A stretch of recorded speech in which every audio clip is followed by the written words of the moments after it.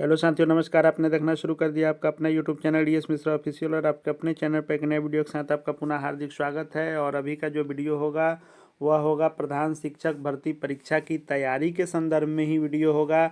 और प्रधान शिक्षक भर्ती परीक्षा की तैयारी के लिए, जैसा कि आप लोग जान रहे हैं कि मेरे द्वारा लगातार ही वीडियो सीरीज लाए जा रहे हैं, तो उसी कड़ी में आज डीएलएड 75 अंक की तैयारी के लिए जो डीएलएड के यूनिट वाइज जो प्रश्न उत्तर मेरे द्वारा लाए जा रहे हैं, वो भी शॉर्ट व्याख्या के साथ, कॉन्सेप्ट के साथ, उसी कड़ी में आज क्वेश्चन आंसर का प्रैक्टिस सेट 9वां होगा, जो संबंधित होगा यूनिट 4 से।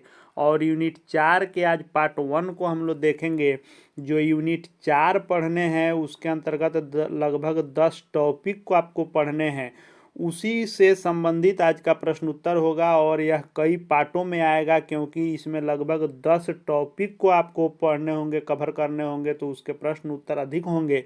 तो अलग अलग पार्ट में मैं इसको लेकर के आऊँगा। इसके पूर्व में भी डीएलएड के ही यूनिट वाइज 3 यूनिट के कई पार्ट में वीडियो आ चुके हैं, और पीछे 8 प्रैक्टिस सेट इसके आ चुके हैं। उसको यदि आप तक नहीं देखा होगा अब तक आपने, तो उस वीडियो सीरीज को भी जा करके देख लेंगे। साथ ही साथ 8 जो आपको यूनिट पढ़ने हैं डीएलएड 75 अंक की तैयारी के लिए, उन 8 यूनिट के लगभग 60 टॉपिक से मिसलेनियस प्रश्नों को, वीवीआई प्रश्नों को एक साथ कंबाइंड मिला करके परीक्षा की तैयारी के व्यू से जो मेरे द्वारा 2020 सीरीज लाए जा रहे हैं, उसको भी यदि आप अब तक नहीं देखे होंगे तो प्लेलिस्ट में जाएंगे और प्रधान शिक्षक सेक्शन में जा कर के देखेंगे। तो आज हम लोग डीएलएड 75 अंक की तैयारी के लिए प्रैक्टिस सेट 9 देखेंगे व्याख्या सहित, और साथ ही साथ जो भी प्रश्नों के साथ और प्रश्न बन सकते हैं उनको भी इसी के साथ देखेंगे। तो वीडियो आपके लिए महत्वपूर्ण होने वाला है, वीडियो में अंत तक बने रहेंगे। और यदि अपने चैनल डीएस मिश्रा ऑफिशियल को अब तक आपने सब्सक्राइब नहीं किया है तो चैनल को सब्सक्राइब करके बेल आइकन को प्रेस कर लेंगे, ताकि आगे भी प्रधान शिक्षक की तैयारी से संबंधित जो भी वीडियो सीरीज आए या जो भी लेटेस्ट अपडेट आए उसकी सूचना आप तक पहुंच सके। तो देखिए, चौथे इकाई में जो 10 टॉपिक को कवर करने हैं, उसमें मुख्य रूप से ईसीसीई के योजना के बारे में आपको पढ़ना है।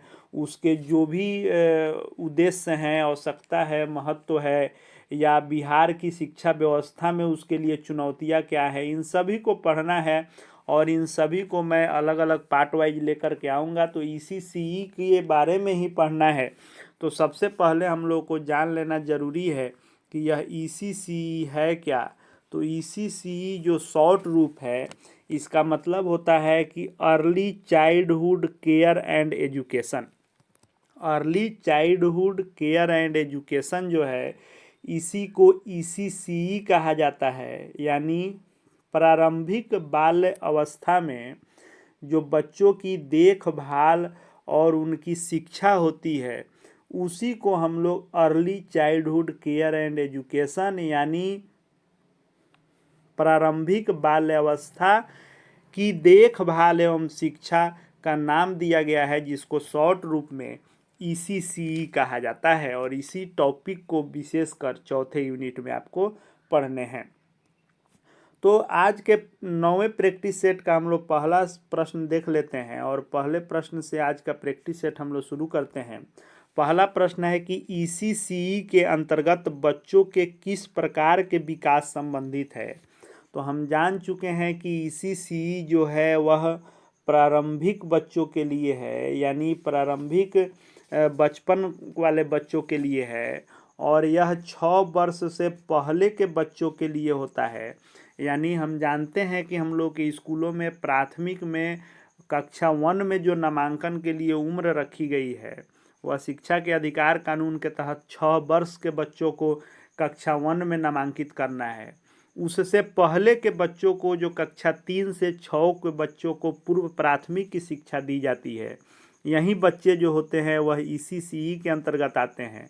और इनके संपूर्ण समग्र विकास के लिए जो भी उद्देश्य तय किए जाते हैं, जो भी लघु उद्देश्य, दीर्घकालिक उद्देश्य तय किए जाते हैं, उसे ही ईसीसीई योजना का नाम दिया गया है।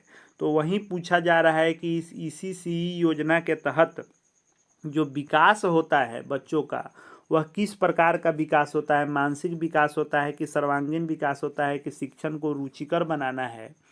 तो इसका राइट आंसर डी हो जाएगा। ये सभी जो है इससे संबंधित हैं, इसी सी के अंतर्गत बच्चों के विकास से संबंधित हैं।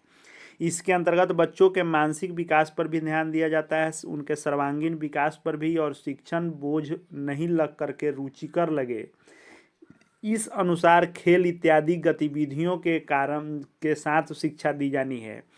इसीलिए राइट आंसर डी हो जाएगा, ये सभी शामिल हैं। दूसरा प्रश्न है कि सृजनशीलता और सौंदर्य बोध संबंधित नहीं है। तो यहाँ पूछा जा रहा है कि सृजनशीलता और सौंदर्य का बोध किससे संबंधित नहीं है।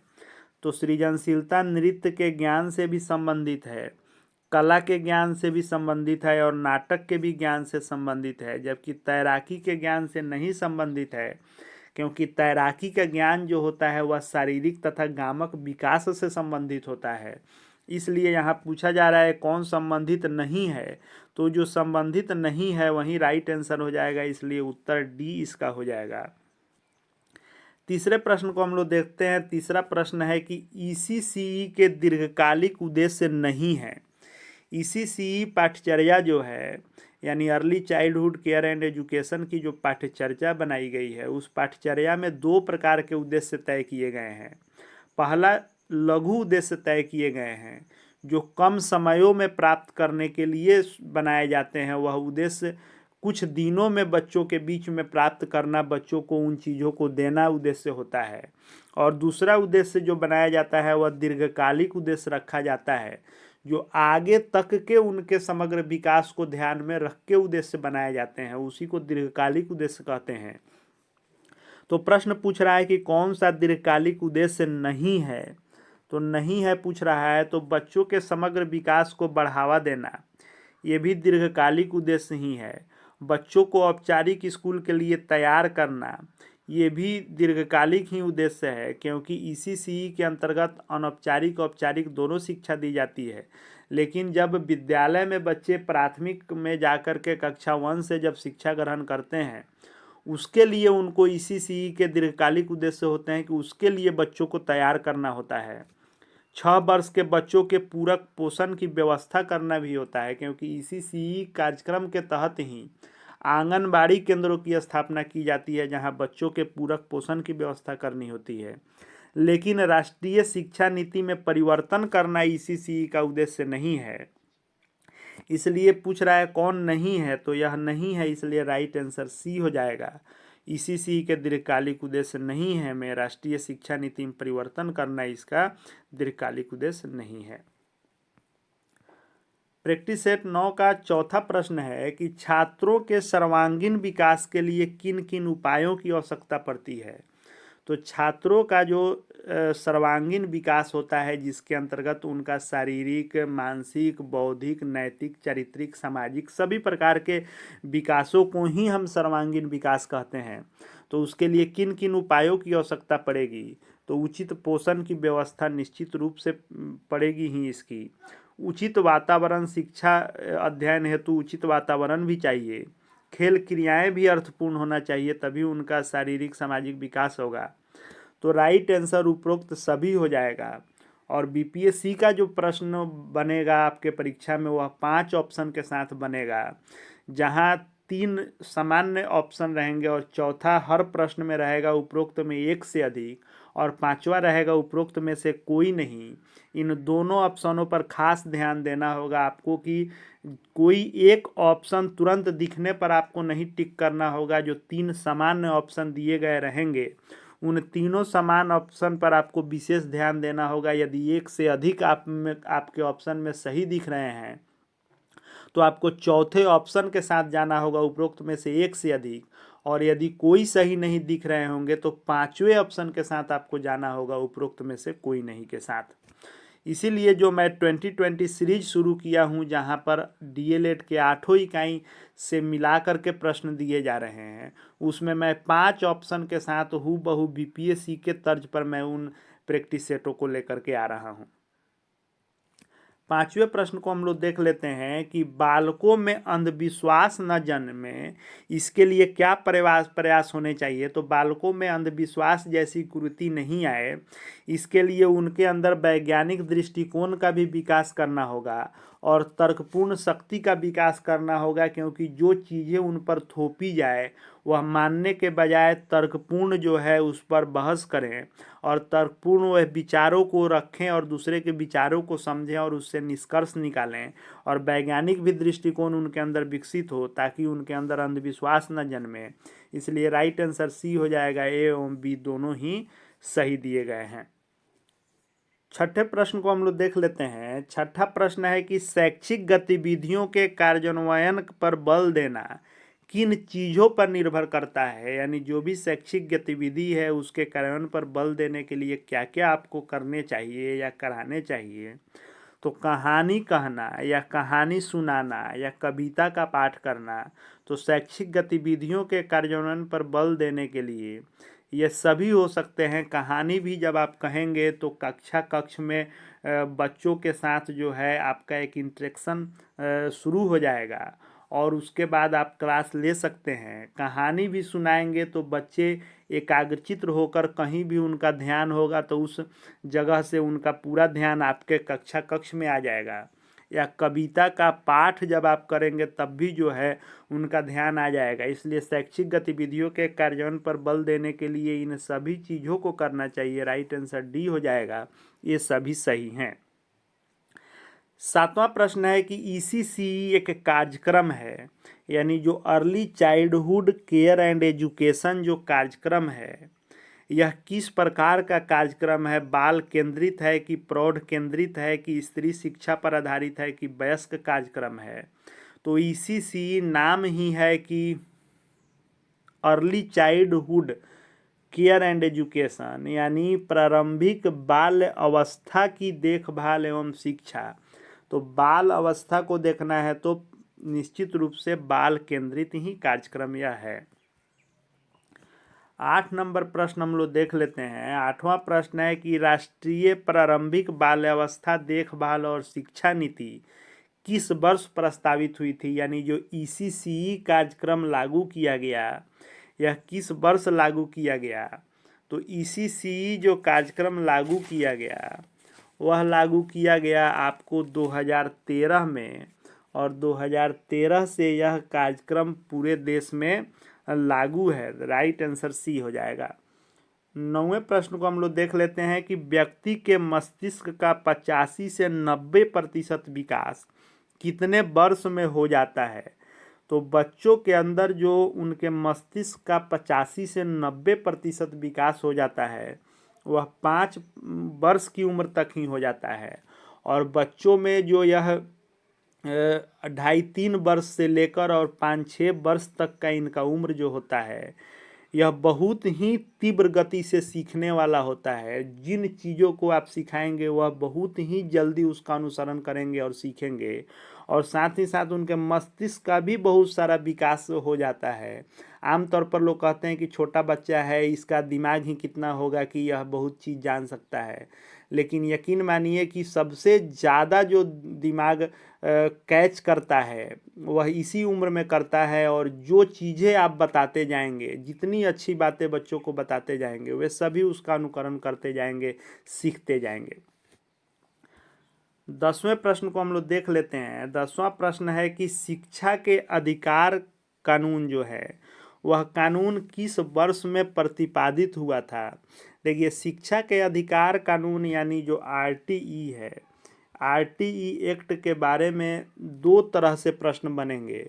एक बनेगा कि कब यह प्रतिपादित हुआ या कब पारित हुआ, और दूसरा बनेगा कि शिक्षा के अधिकार कानून को पूरे देश में कब लागू किया गया। दोनों का आंसर अलग अलग होगा। तो शिक्षा का अधिकार कानून जो है यह 2009 में पारित हुआ। अगस्त 2009 में यह संसद में पारित हुआ था। लेकिन जब पूछेगा कि यह लागू कब हुआ तो 1 अप्रैल 2010 से यह लागू हुआ। यहाँ पारित प्रतिपादित पूछ रहा है तो राइट आंसर 2009 हो जाएगा। लेकिन अगर पूछता कि शिक्षा का अधिकार कानून लागू कब से हुआ तब 1 अप्रैल 2010 इसका आंसर होता। शिक्षा का अधिकार कानून जो है वह 86वें संविधान संशोधन के द्वारा इसको 2002 ईस्वी में मौलिक अधिकार के रूप में शामिल किया गया और उसी में 6 से 14 वर्ष के बच्चों को मुफ्त एवं अनिवार्य शिक्षा देने का प्रस्ताव रखा गया। लेकिन यह प्रस्ताव जो है 2009 में जाकर के संसद से पारित हुआ और 1 अप्रैल 2010 से पूरे देश में लागू हुआ। 11 नंबर प्रश्न है कि सामाजिक कौशल, सामाजिक समझ और भावात्मक भलाई आदि का उद्देश्य इंगित करना होता है।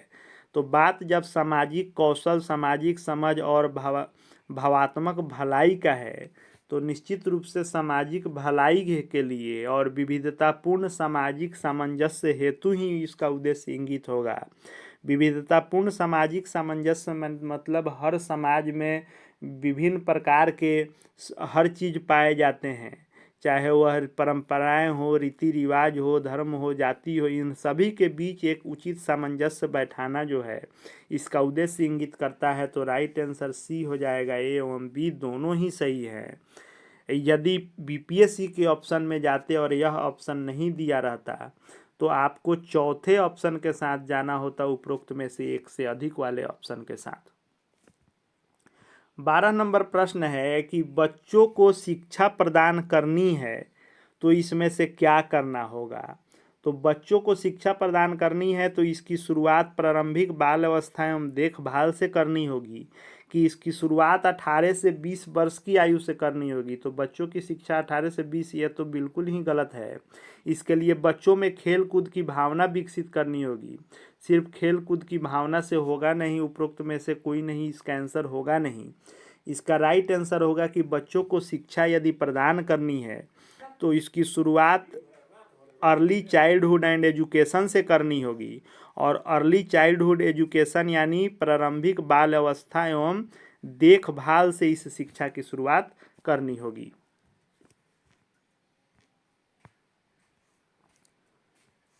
अगला प्रश्न है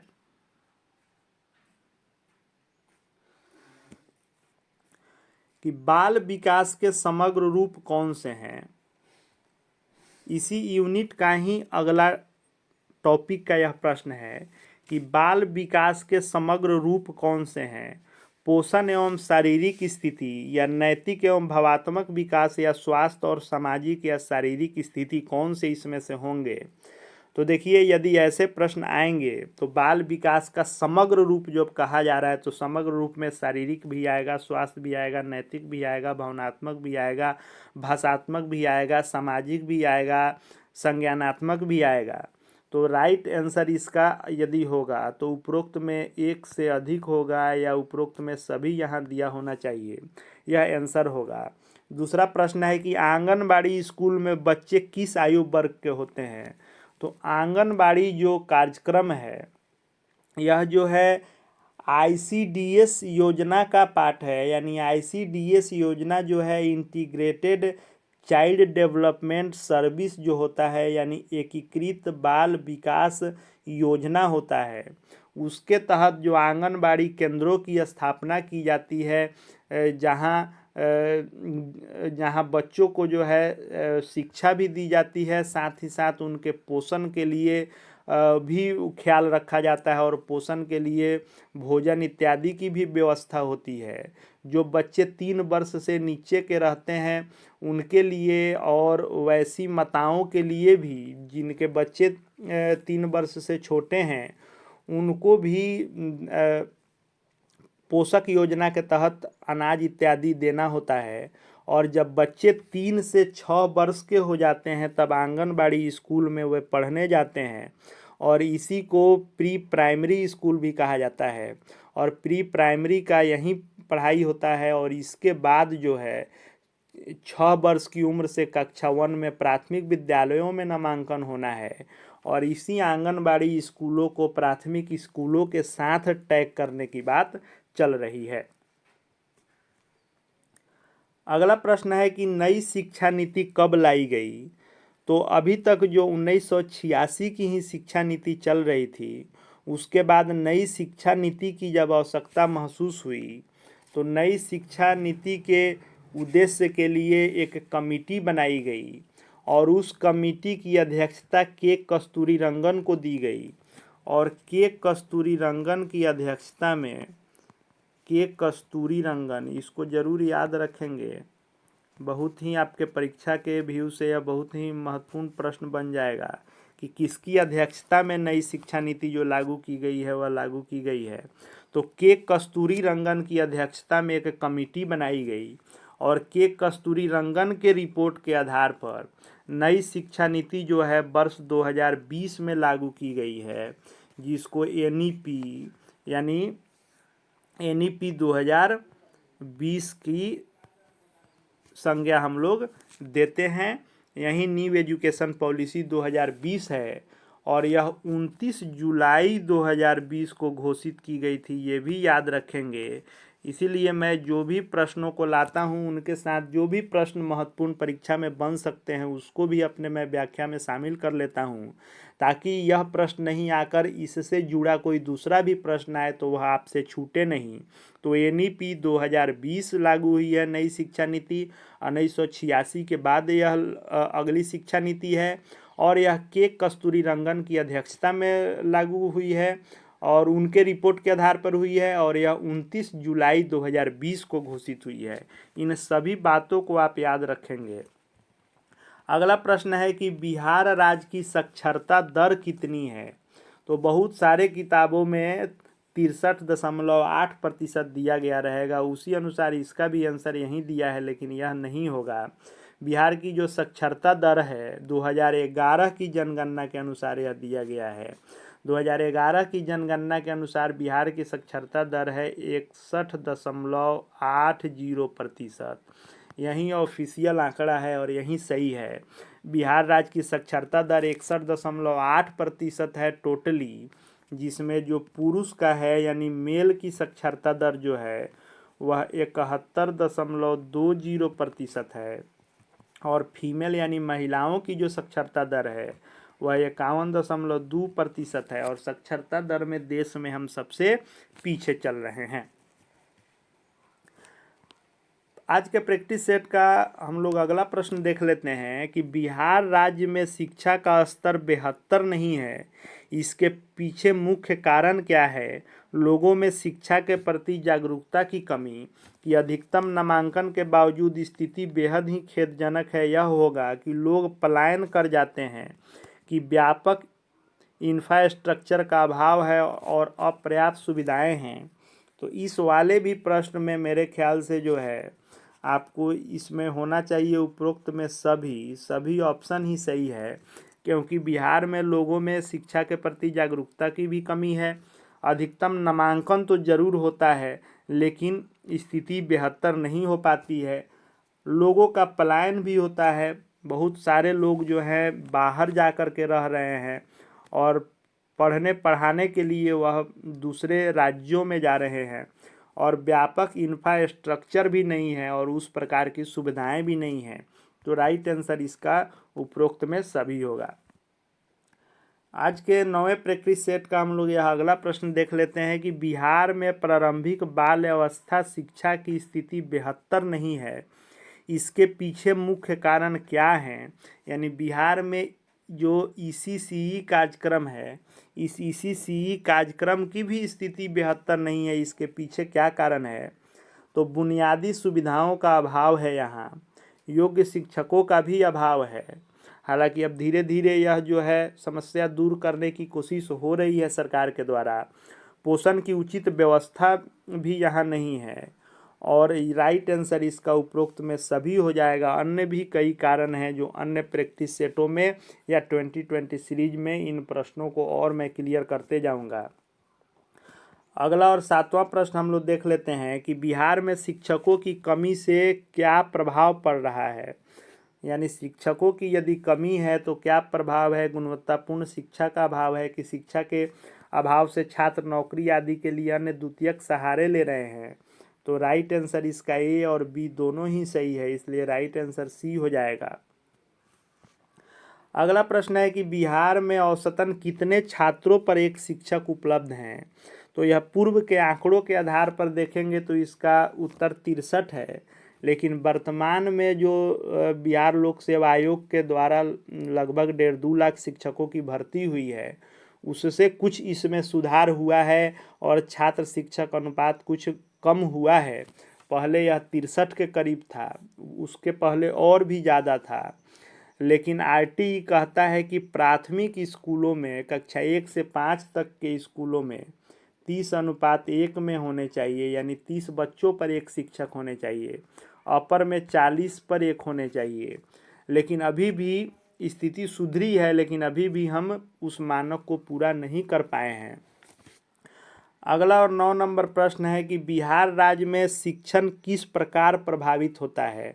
शिक्षकों की अनुपस्थिति तथा अनुपयोगी कार्य विधि के द्वारा, या शिक्षकों में गुणवत्ता का अभाव के द्वारा, या विद्यालयों में छात्रों के अनुपस्थित रहने के कारण। तो इसका भी राइट आंसर डी दिया है उपरोक्त में से सभी।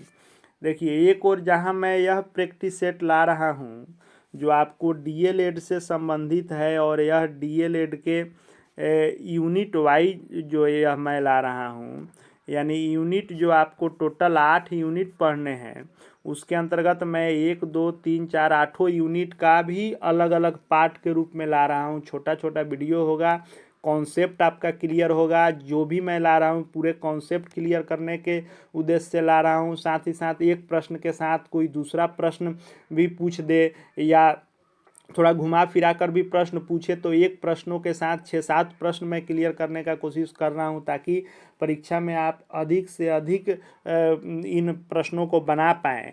और यह डीएलएड का जो प्रैक्टिस सेट चल रहा है unit wise series, in unit wise series में सीरियली हम लोग यूनिट से चल रहे हैं। जो 8 यूनिट के जितने पार्ट हो सकते हैं हम लोग 1 2 3 4 8 यूनिट तक लाएंगे पार्ट वाइज। दूसरी ओर जो मेरे द्वारा 2020 सीरीज लाए जा रहे हैं, इस 2020 सीरीज में आपको जो 8 यूनिट पढ़ने हैं, उस 8 यूनिट से मैं मिसलेनियस प्रश्नों को शामिल कर रहा हूँ, वीवीआई प्रश्नों को। और वहाँ भी ऐसी व्याख्या के साथ कि 20 प्रश्न जब आप देखें तो आपके 50-60 प्रश्न क्लियर हों, और जो भी आप सुने देखें वह आपको बहुत दिनों तक याद रहे और परीक्षा में आपको बेनिफिशियल साबित हो। और आगे जो है सामान्य अध्ययन के लिए भी विषय वाइज और कंबाइंड मिसलेनियस प्रैक्टिस सेट आएंगे, और सभी प्रकार के फुल प्रैक्टिस सेट इत्यादि भी जो 1 महीने के करीब में समय बचा हुआ है, इसमें कोशिश है कि अधिक से अधिक प्रधान शिक्षक की तैयारी के लिए आपके लिए कुछ करने की और कुछ अच्छा लाने की, ताकि आपको परीक्षा में अधिक से अधिक बेनिफिट मिल सके। अगला प्रश्न है कि बिहार राज्य में लड़कियों की शिक्षा के लिए क्या क्या कार्य किए जा रहे हैं? तो महिलाओं की साक्षरता दर काफ़ी ही पीछे थी पहले, अब थोड़ा थोड़ा सुधार हो रहा है। उसके पीछे भी कई कारण हैं, जिसमें एक कारण खास करके है कि योजनाएं जो चलाई जा रही हैं। तो लड़कियों के शिक्षा के लिए छात्रवृत्ति योजना और साइकिल योजना दोनों चलाई जा रही है। राइट आंसर सी हो जाएगा, ए एवं बी दोनों ही सही है। अगला प्रश्न है कि राज्य के विद्यालयों की तैयारी में संस्थाओं की भूमिका किस पर निर्भर करती है? योग्य शिक्षकों की नियुक्ति करना, कि उच्च गुणवत्तापूर्ण शिक्षा नीति, की तर्कपूर्ण एवं वैज्ञानिक शिक्षा पद्धति। तो राज्य के विद्यालयों की तैयारी में संस्थाओं की जो भूमिका है इन सभी पर निर्भर करती है, इसलिए राइट आंसर डी हो जाएगा। 12 नंबर प्रश्न है कि प्रारंभिक बाल्यावस्था शिक्षा में पारिवारिक पृष्ठभूमि में क्या महत्वपूर्ण होता है? यानी जो अर्ली चाइल्डहुड एजुकेशन है, उसमें जो है आपका फैमिलियर बेस जो है, पारिवारिक पृष्ठभूमि है, उसमें क्या महत्वपूर्ण है? बाल अवस्था की देख रेख महत्वपूर्ण है, गुणवत्ता युक्त वातावरण भी महत्वपूर्ण है, और पोषण युक्त भोजन भी महत्वपूर्ण है। और छोटे बच्चों के लिए इन तीनों चीज़ों की महत्ता है, इसलिए राइट आंसर सी हो जाएगा। ए एवं बी दोनों ही ऑप्शन सही हैं। 13 नंबर प्रश्न है कि ऐसे बच्चे जिन्हें विद्यालय में नामांकन से पहले किसी प्रकार की संस्थागत प्रारंभिक शिक्षा प्राप्त नहीं हुई है, उसके लिए कौन सा कथन सही है? यानी बच्चों को जब प्राथमिक विद्यालयों में, यानी कक्षा 1 से जो प्राथमिक विद्यालयों में नामांकन होता है, उसके लिए क्या पहले ज़रूरी है? तो जो ईसीसीई कार्यक्रम है, early childhood education, early childhood care and education, यानी प्रारंभिक बाल्यावस्था देखभाल एवं शिक्षा, इसका मूल उद्देश्य ही है कि बच्चे जब औपचारिक रूप से प्राथमिक विद्यालयों में पढ़ने जाएं, उससे पहले उनके अंदर जो तैयारी है वह पूरी हो। उसके लिए उसके लघु उद्देश्य तय किए गए हैं, इसी योजना के दीर्घकालिक उद्देश्य तय किए गए हैं।